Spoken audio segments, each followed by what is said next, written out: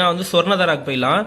So இது வந்து பார்த்தீங்கன்னா வந்து 11 மாத ஸ்கீம் தான். இதில் வந்து என்ன பெனிஃபிட்னு பார்த்தீங்கன்னா வந்து 1 மந்த்து பெனிஃபிட் வந்து அவங்க கொடுத்துருவாங்க. அதாவது பார்த்தீங்கன்னா நீங்கள் இப்போ வந்து 11 மாத தவணை முடிவில் 1 மாத தவணையை வந்து அவங்க வந்து பே பண்ணிடுவாங்க. வந்து பிராண்டட் ஊக்க பரிசு உண்டு. அதாவது பார்த்தீங்கன்னா ஒரு கிஃப்ட் ஒன்று கொடுத்துருவாங்க. ஸோ அதை தான் அவங்க மென்ஷன் பண்ணுறாங்க.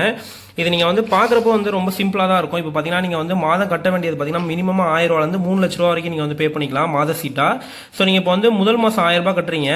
பார்த்தீங்கன்னா 11 மாதம் நீங்கள் வந்து கட்டின அமௌண்ட் பார்த்தீங்கன்னா 11,000 ரூபாய் கட்டிருப்பீங்க. அவங்க அடிஷனலாக பார்த்தீங்கன்னா ஒரு 1000 ரூபாய் உங்களுக்கு கொடுத்துருவாங்க. மொத்தம் பார்த்தீங்கன்னா 12,000 ரூபாய் ஆகிடும் உங்களோட அமௌண்ட்.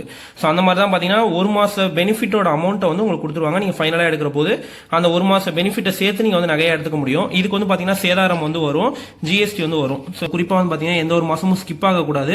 அது மட்டும் இல்லாமல் பார்த்தீங்கன்னா வந்து 6 மந்த்ஸ் அமௌண்ட்டை வந்து நீங்கள் ஒரே அமௌண்ட்டாக கூட நீங்கள் ஃபர்ஸ்ட்லேயே வந்து பே பண்ணிக்கலாம். 7th மந்த்லேருந்து நீங்கள் வந்து ஒரு மாதமாக வந்து பே பண்ணுற மாதிரி இருக்கும். இந்த மாதிரி ஒரு பெனிஃபிட்டும் உண்டு. இன்கேஸ் தேவையில்லை அப்படின்னா நீங்கள் மாதம் கூட நீங்கள் வந்து பே பண்ணிக்க முடியும்.